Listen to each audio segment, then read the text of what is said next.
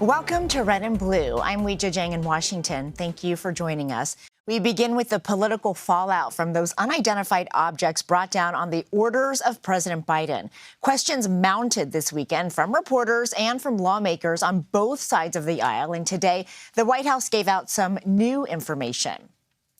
Members of Congress, including the chairman and the ranking member of the House Intelligence Committee, claim the administration isn't sharing enough about the objects. At the White House press briefing today, NSC spokesperson John Kirby said that lawmakers will receive more briefings this week.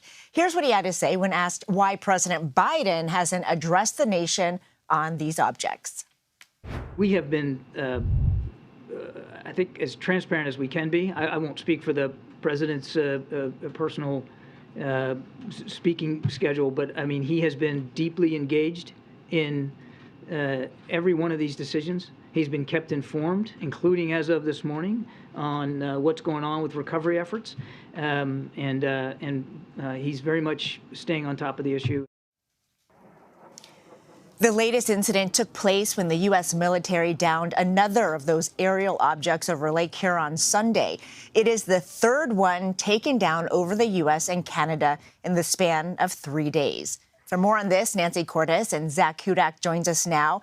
Nancy is CBS News' chief White House correspondent, and Zak is a CBS News congressional reporter. Thank you both for joining us. Nancy, I want to start with you because John Kirby took questions for about an hour. You were among the reporters asking those questions. What were your main takeaways today?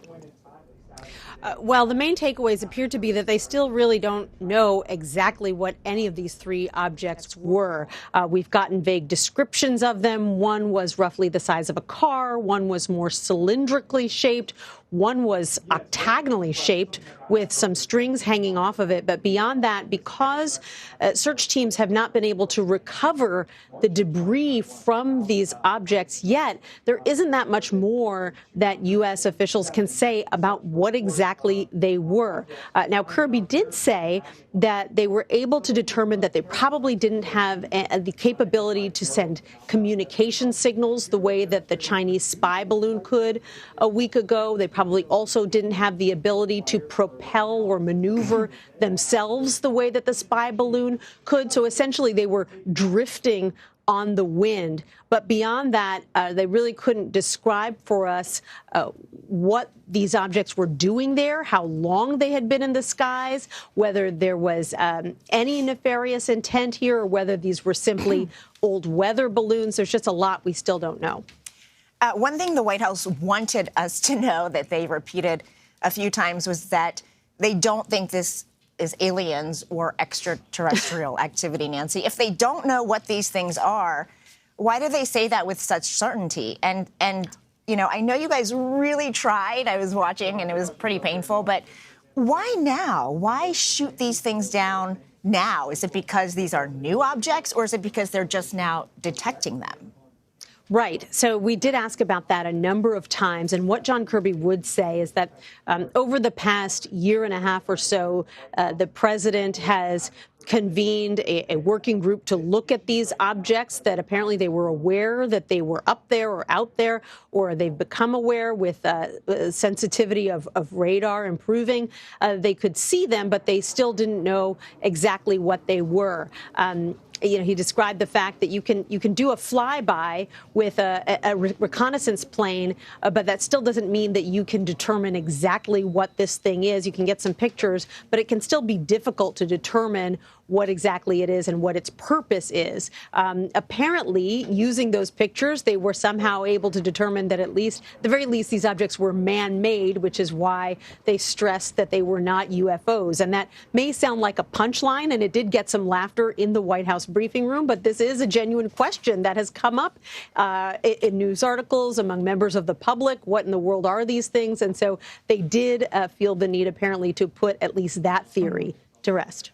Well, and it came up over the weekend when there was a press conference, and a top commander said that they weren't ruling that out, that they weren't ruling anything out.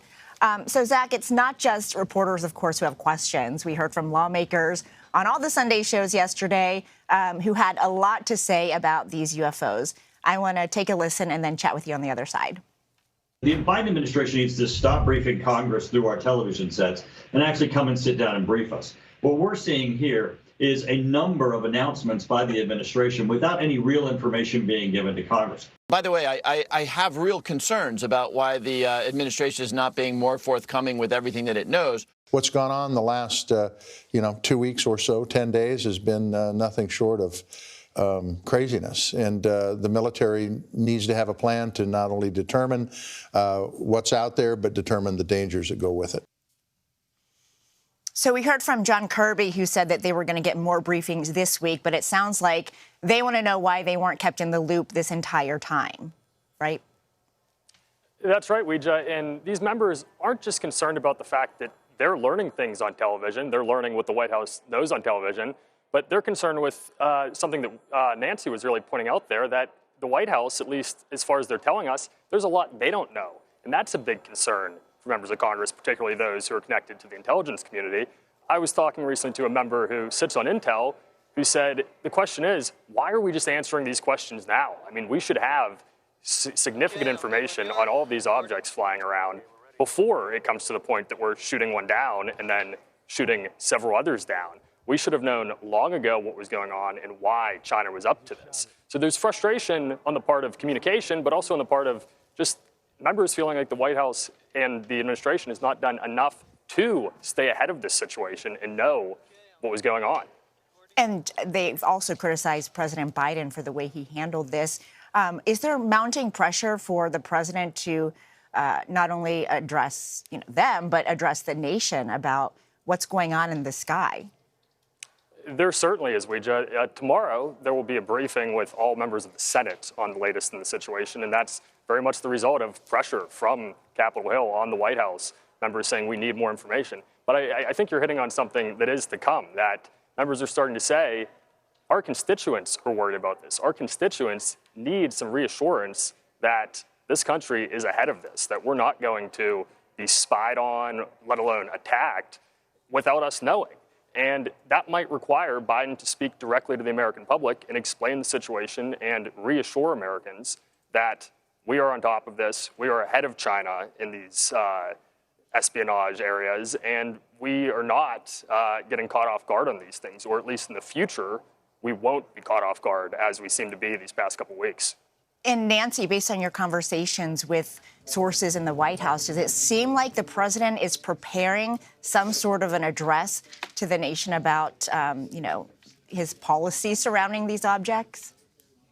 They realize that reporters and lawmakers have a high interest in this situation, and that it's really the president himself who's the one who can answer some of these questions, particularly the question about what the new standard is going to be, when he is going to decide to say, yes, pull the trigger, shoot this particular object down. Is it simply any object that is not identified, that is in civilian airspace and commercial jet corridors?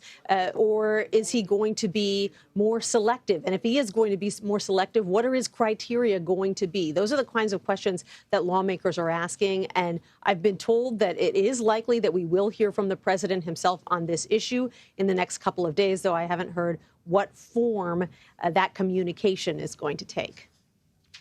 And Zach, I want to chat with you real quick about another a headline from today, because President Biden doesn't really fire a lot of people, even though he has the authority to do that, and it's been almost 2 years in. But he did fire the architect of the Capitol today. He's the only person who had that ability. What can you tell us about why he was fired and what happens next? Weija, there were a couple big reasons. The biggest being the architect of the Capitol is sort of the highest ranking logistical person in the Capitol. They oversee over 2,000 people. They sit on the Capitol Police Board and therefore oversee the Capitol Police and make decisions on whether extra security is needed. Not only that, they oversee the custodial staff. They oversee changes made in the building. So this is a high-ranking person in the Capitol complex, and Brett Blanton, the architect of the Capitol, was not here on January 6, 2021. He was off-premise running things from his vehicle. So that really irked a number of members, particularly Norma Torres, who described in a hearing with Mr. Blanton last week, how she was stuck in the House chamber as most other members were evacuated. And I was actually there watching this play out.